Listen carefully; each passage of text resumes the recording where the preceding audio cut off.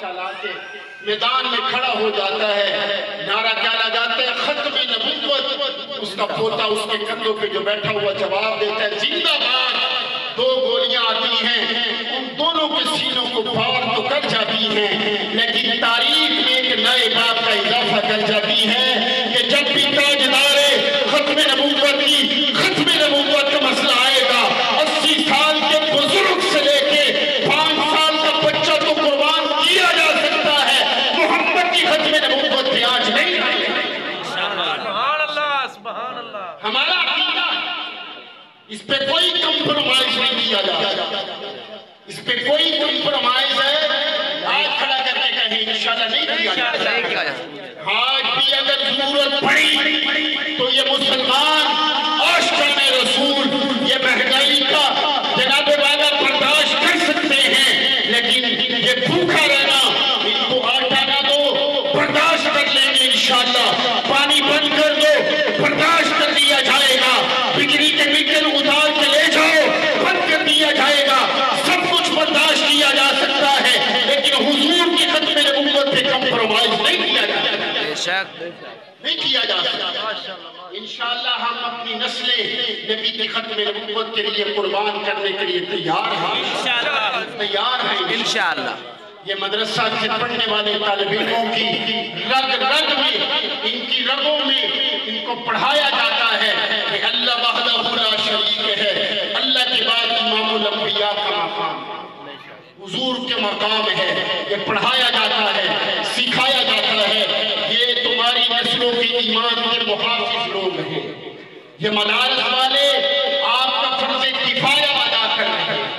اگر آج خدا کی قسم یہ کائنات قائم ہے تو اس مدرسہ کے پڑھنے والے مدرسہ شمسیہ ویسیہ کے طالب علموں کی برکت سے آج یہ کائنات ہے۔ خدا کی قسم ہم سوئے ہوتے ہیں، سوئے ہوئے یہ 2 دن پہلے یقین مانے میں بڑے دکھی دل کے ساتھ یہ سفر میں نے کیا، قاری آصف صاحب کی محبت میں، ورنہ دل نہیں تھا یہ سفر کا۔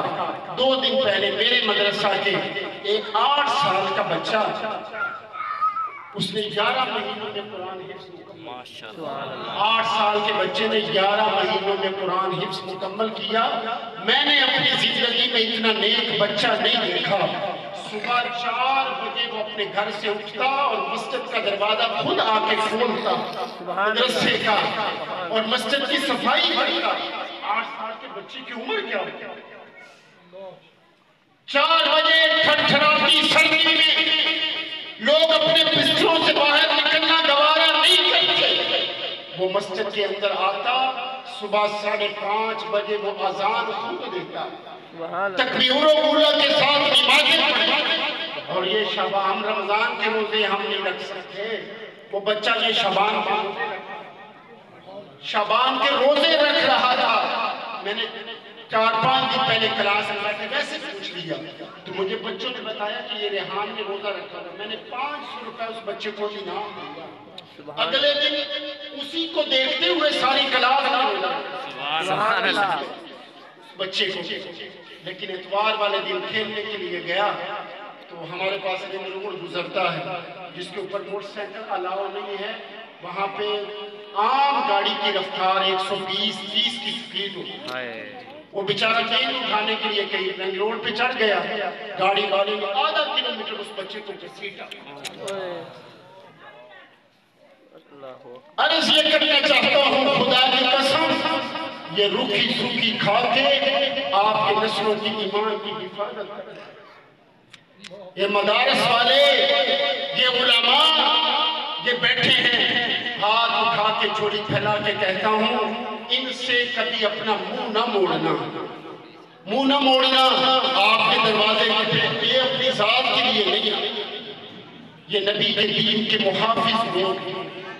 یہ چٹانوں میں بیٹھ کر آپ خدا کی قسم سوئے ہوتے ہیں، یہ راتوں کو اٹھ کے آپ کے لیے دعائیں کر رہے ہیں، یہ بچے آپ کے لیے دعائیں کر رہے ہوتے ہیں۔ ایک غیر گزرے دور میں ایک گھر میں 4 افراد کا کھانا پکانا بڑا مشکل ہوتا ہے، لیکن یہ 100 بچوں کو مفت کھانا دیتے ہیں، بجلی کے بل برداشت کرتے ہیں، کون کہتے ہیں کہ انشاءاللہ ہم ان کا ساتھ